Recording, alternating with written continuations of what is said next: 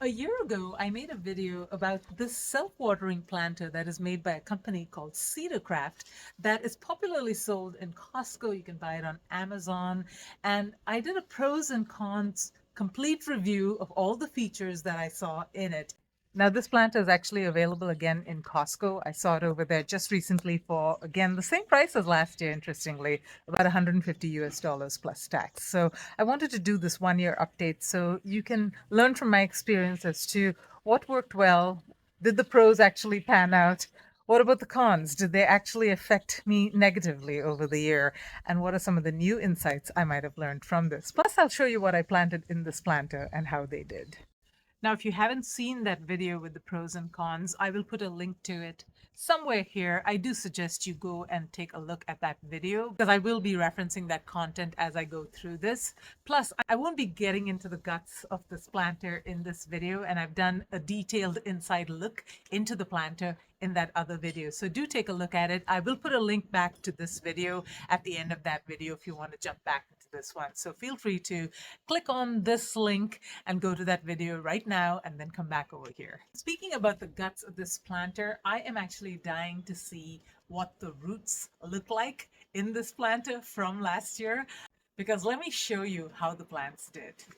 So I eventually ended up planting 3 tomato plants. 2 of them were dwarf tomatoes. One of them was a micro tomato, a tiny Tim.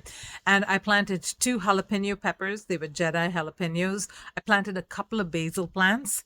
And those jalapeno plants, I tell you, they grew to over 5 feet tall. The tomato plants grew to over 4 feet tall. Actually, if I stretched them, they'd probably have been about 5 feet as well. And that is much larger than a dwarf tomato plant is supposed to grow. The leaves were huge. I mean, huge, bigger than the size of my hand. I've never seen such large leaves on a tomato plant. And these things really grew to be monsters. They actually were really good producers as well. I got a ton of tomatoes when all my other tomatoes were starting to die off in the garden because of the heat of summer. This thing, which was a little bit more protected because it was closer to the house, just continued to produce and produce and produce. And when all the other tomato plants had died at the end of the season, this continued to produce way through the end of October. So this thing did really, really well for me. So jumping into some of the negatives that I talked about in that previous video, one of the things that I talked about was this greenhouse. I did talk about the quality of the greenhouse and the fact that I did not like it. It is really bad quality and it continues to fall apart more and more. As you can see over here, it's completely ripped. But I continue to use it as long as I can, and right now hardening off all these tomato plants in this planter, so in case I get an odd frost, I'll just pull this over and zip it up.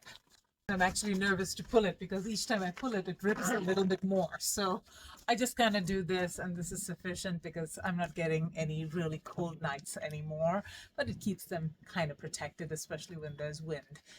Though I will tell you, when there was a wind recently, this thing actually flew off. So anyway, don't bother to get the greenhouse, or if you do get the greenhouse, make sure that you are prepared to replace this at some point in the very near future. If you've been getting value from this video so far, I sure would appreciate a big thumbs up. And do leave any comments, questions below. I'll be happy to try and answer them, or maybe there's someone else in the community that might know the answer to your question. So do ask it below. And if you have this planter, do comment on your experiences. What did you like about it? What did you not like about it? What kind of plants did you grow in it? I'd love to hear. Now, getting into the structure itself, I did talk about the legs being on the weak side, kind of flimsy looking. Now, I have not moved this planter. Frankly, I did not want to even try because it just doesn't look like it's going to be able to move successfully without falling apart. So I did not even try to move it. And it's also a really heavy planter. Once you fill it up with that 4.8 cubic feet of soil, it gets really heavy. So I didn't want to take a chance. I had a lot of plants that were growing in it that were very precious to me, and I wanted to make sure that they survive without having to go through any trauma of it falling apart. So yeah, I still think that it's a flimsy structure, but as long as you're not moving it around too much, you should be okay. Now, the other thing that I talked about was this self-watering container that is underneath this. Some people had complained that it had fallen out. That did not happen to me. When I set up this planter originally, it was actually looking like it was going to fall off on one side, but turns out that that was due to a screw that was not tightened. So this is actually pretty solid. Now, again, I haven't really moved this, so I don't know if I move it, whether the bottom will fall off, but as long as you don't do anything to it, it's solid and it holds water just like it says it would. So this feature works actually really, really well. Now, the wooden structure itself has held up pretty well over the course of the year. I don't see any degradation at all in the quality. I think it's cedar wood, I'm not really sure, but it's solid and it's working really well. And I was a little worried that it was flimsy wood, but it doesn't seem to have affected the performance of the planter at all. And it's still looking really great. Now, about the self-watering feature, it's a huge pro, a huge positive of this system. But there is something pretty surprising, for me at least, that I found out the hard way that I think you should be aware of. Now, I grew some pretty large size pepper plants and tomato plants in this.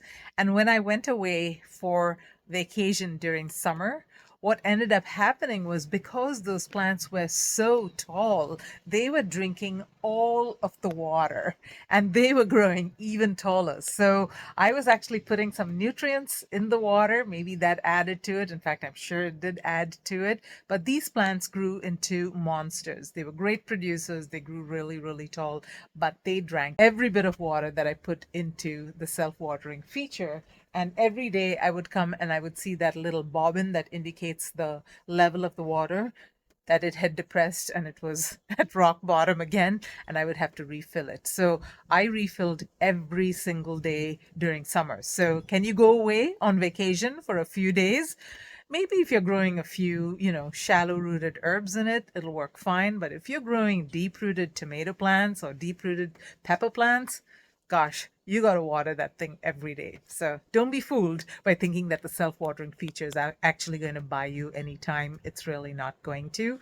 This thing is a very small capacity. It's 4.8 cubic feet, but if you're growing like 2 tomato plants and 2 pepper plants in it, that's too much for this thing. Those plants, those large plants, are constantly going to be seeking out nutrition and water, and they're going to suck up everything that you put in that watering feature at the bottom. So in conclusion, do I love this planter? Absolutely. Is it easy on the back? You betcha. Will I grow 2 tomato plants and 2 pepper plants in it again? No friggin' way. I will grow at the most 1 cherry tomato plant, 1 jalapeno pepper plant, maybe a few basil plants, maybe some cilantro if it lasts for me, maybe some other herbs. But other than that, I'm going to just keep it at the minimal and enjoy it as a run outside and grab something kind of garden, which is exactly what I bought it for. And if you're considering buying this planter, I give it a huge thumbs up.